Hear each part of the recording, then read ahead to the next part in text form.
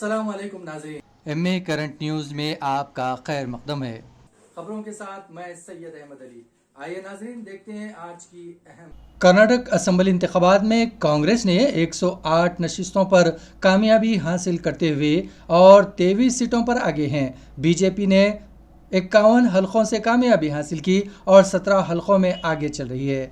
JDS ने 16 हलकों से कामयाबी हासिल की है।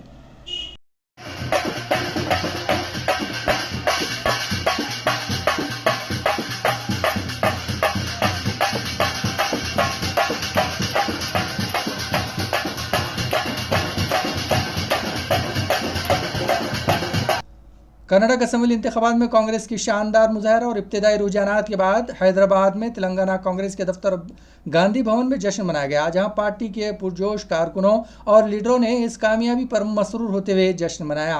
जैसे जैसे नतायज का ऐलान होता जा रहा है, गांधी भवन में कांग्रेस के लीडरों की बड़ी तादाद आती जा रही है। इन लीडरों ने पटाखे जलाए, रक्स किया, मिठाइयाँ तकसीम किए और एक दूसरे को जुनूबी हिंद के इस अहम रियासत में पार्टी के शानदार मुजाहरे पर मुबारकबाद पेश की। तेलंगाना कांग्रेस के इस हेडक्वार्टर्स में एक अरसे के बाद जश्न का माहौल देखा गया। पार्टी के लीडरों और कारकुनों के साथ साथ कांग्रेस के हामियों के हाथों में सोनिया गांधी, राहुल गांधी, खरगे और दीगर लीडरों के प्ले कार्ड्स और पार्टी के परचम देखे गए। गांधी भवन में भी कट्स और नजर आए।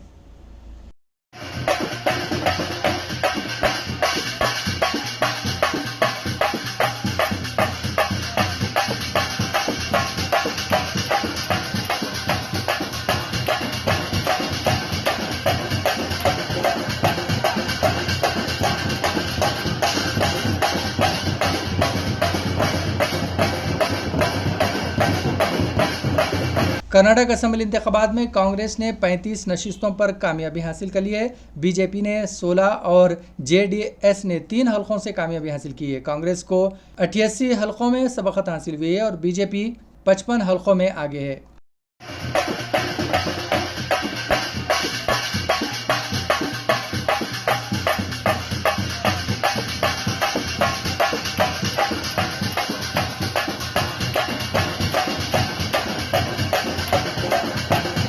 उधर दूसरी जामनी कर्नाटक असम्बली इंतखाबात के नतायज कांग्रेस के हक में आ रहे हैं और वहां बीजेपी को हमजियत आमेज शिकस्त का सामना करना पड़ा है। ऐसे में तेलंगाना बीजेपी के लीडर में भी कर्नाटक के नतायज से मायूसी देखी जा रही है, क्योंकि तेलंगाना बीजेपी के कई अहम कायदीन बशमुल सदर बंडी संजय, मरकजी वजीर किशन रेड्डी ने कर्नाटक के कई असम्बली हलकों में बीजेपी उम्मीदवारों की तायद में इंतखाबी मुहिम चलाई थी।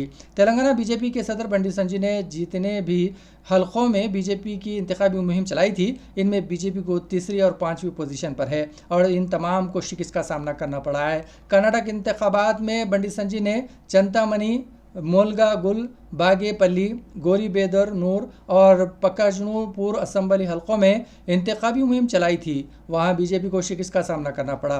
गोदरीबेदर अनूर असम्बली हलके में बीजेपी 5वीं पोजीशन पर है। चिंतामणि में बीजेपी तीसरे नंबर पर है। मलगागुल बीजेपी तीसरे नंबर पर है। बागीपल्ली और चकुम्बापुर में बीजेपी शिकस्त की तरफ बढ़ रही है।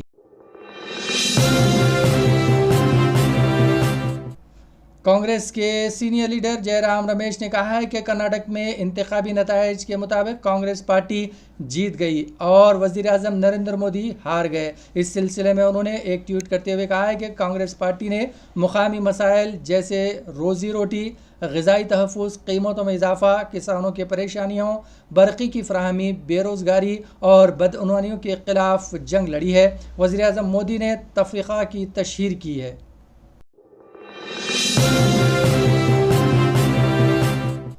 उधर कर्नाटक असम्बली इंतखाबात के नतायज आज जारी किए जा रहे हैं। रुझानात में बीजेपी के पीछे रह जाने और हतमी नतायज का ऐलान किए जाने से पहले ही रियासत के चीफ मिनिस्टर बसुराज बोम्बई ने शिकस्त कबूल कर ली है। उन्होंने कहा है कि वो आगे के इंतखाबात में बेहतर कारकर्दगी का मुजाहरा करने की कोशिश करेंगे और नतायज को लेकर पेशकदमी करेंगे और लोकसभा इंतखाबात में वापसी करेंगे।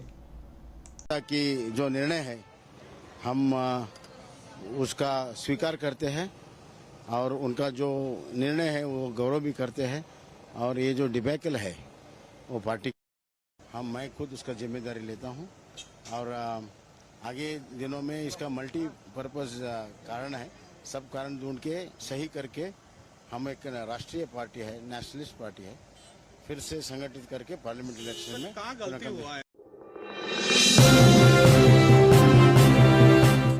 कर्नाटक असेंबली इंतखाबात में कांग्रेस पार्टी की शानदार जीत पर रद्द-ए-अमल जाहिर करते हुए तेलंगाना के वजीर ITV कारगुजार सदर BSR तारक रामाराव ने ट्वीट किया। उन्होंने कांग्रेस पार्टी के अपनी नेक ख्वाहिशात का इजहार किया जो इस रियासत में नई हुकूमत बनाने जा रही है। वजीर KTR ने कहा है कि फिल्म केरला स्टोरी कर्नाटक के आवाम को राग़िब करने में नाकाम रही और कर्नाटक इंतखाबात के नताइज का तेलंगाना पर कोई असर नहीं पड़ेगा। वजीर तारक रामाराव ने घटिया और तकसीम और नफरत अंगेज सियासत को मुस्तरद करने पर कर्नाटक के अवाम का शुक्रिया अदा किया। वजीर KTR ने अपने ट्वीट में हैदराबाद और बेंगलुरु शहरों से मुल्क के मुस्तकबिल के लिए बुनियादी सहूलतें फराहम करने में सरमायाकारी को राग़िब करने में सेहतमंद मुकाबले की ख्वाहिश की है।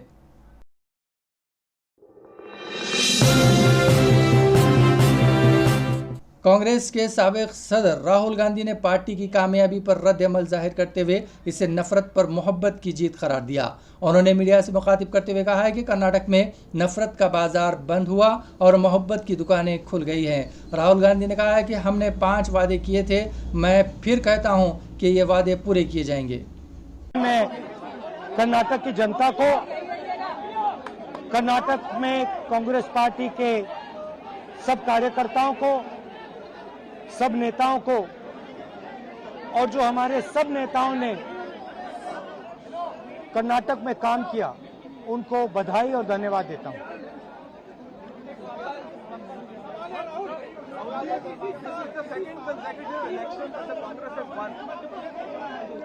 देखिए कर्नाटक के चुनाव में एक तरफ क्रोनी कैपिटलिस्ट की ताकत थी, दूसरी तरफ गरीब जनता की शक्ति थी और शक्ति ने ताकत को हरा दिया। और यही हर स्टेट में होगा। कांग्रेस पार्टी कर्नाटक में गरीबों के साथ खड़ी हुई, हम गरीबों के मुद्दों पर लड़े और मुझे सबसे अच्छी बात यह लगी कि हमने नफरत से, गलत शब्दों से ये लड़ाई नहीं लड़ी। हमने मोहब्बत से, प्यार से, दिल खोल के ये लड़ाई लड़ी और कर्नाटक की जनता ने हमें दिखाया कि ये देश इस देश को अच्छी लगती है।